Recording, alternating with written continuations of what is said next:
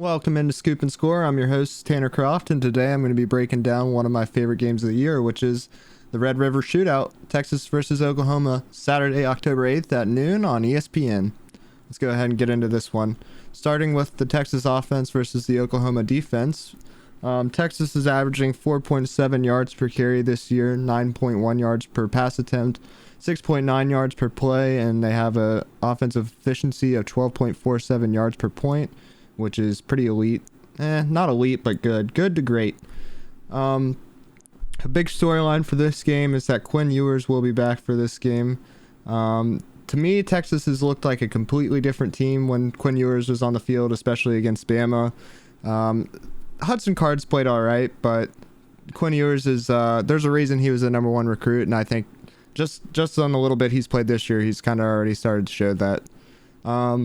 Obviously, some key players to watch for Texas are going to be Quinn Ewers, obviously quarterback, Bijan Robinson, the running back, who's probably the most explosive running back in America. Maybe Travion Henderson would be the only other one in that category to give him any competition for that title. And then Xavier Worthy, which is one of the most explosive players, not running backs, just players in general in America.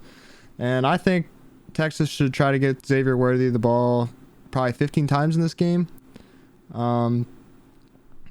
Texas is more explosive when he touches the ball. Anyway, more general statistics for this game. Texas is averaging 417 yards a game, 36.8 points a game, and they have a 85.7% red zone efficiency. And Oklahoma's defensive numbers are pretty bad. They're the 109th total defense in the country, 67th in scoring defense, and this is where I think Bijan is going to light them up. They're 119th in the country in rushing defense, and they gave up almost 200 yards a game, and I can't think of any dynamic rushing attacks, certainly nothing on the level of Bijan Robinson that they've played against, and they're 119th in the nation. So I think that's going to get a whole lot worse in this game personally. But let's go ahead and break down the other side of this. Let's look at the Oklahoma offense against the Texas defense. So far this season, Oklahoma is a fairly explosive offense, averaging 5.3 yards per carry, 8.7 yards per attempt, and 6.7 yards per play. And they have an efficiency of 13.35 yards per point.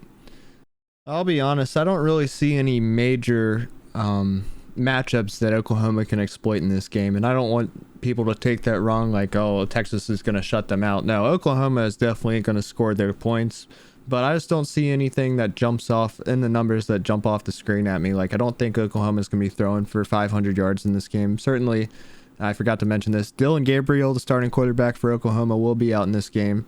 So I certainly don't see them throwing for any 500, 600 yards, probably in the 300s, maybe the 200, mid 200s.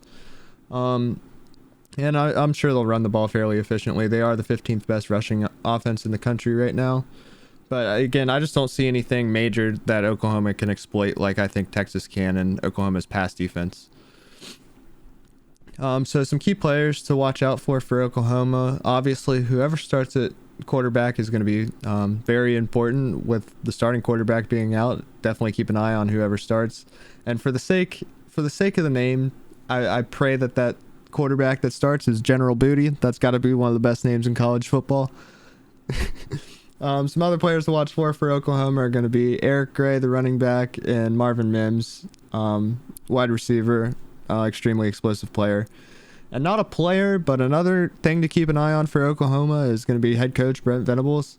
He's obviously one of the best defensive minds in the country. I would say one of the best defensive minds in the country at either level, college or NFL. I'm kind of surprised he's never gotten a head coaching job or a defensive coordinator job in the NFL. I'm sure he's gotten offers.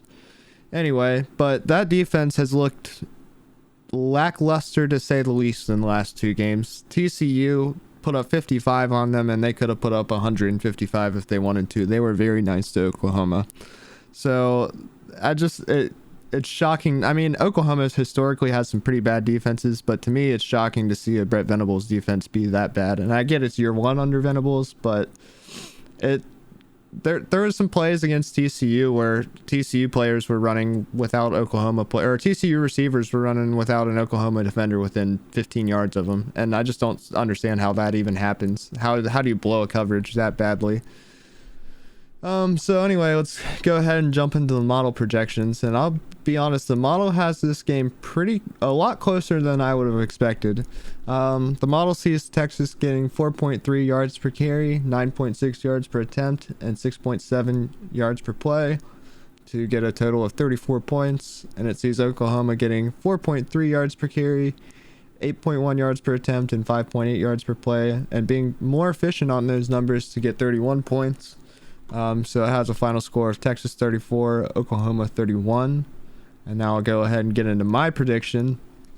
And based on the last couple of weeks, logically, I really don't see how this game stays close. But it is the Red River Shootout. And something wild, if history tells us anything, something wild will happen in this game. Like, will happen, not might.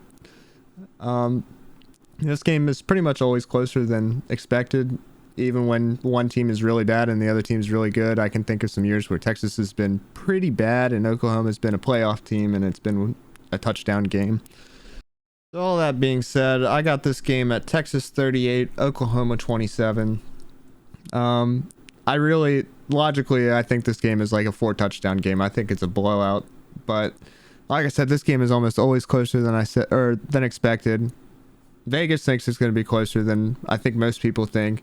So give me Texas 38, Oklahoma 27. Thanks for watching, and let me know what you guys think about this game. Give me your score predictions down in the comments, and stay tuned for next week. On Monday, I should have reaction and analysis to all the big games that happened, or all the close games that happened tomorrow. And then sometime next week, I'd say around Wednesday or Thursday, I should be able to put out a full-length podcast with all the previews and predictions in one video. And who knows, I might even show my face on that one. So stay tuned for next week's content. Thanks for watching. I'll see you guys later.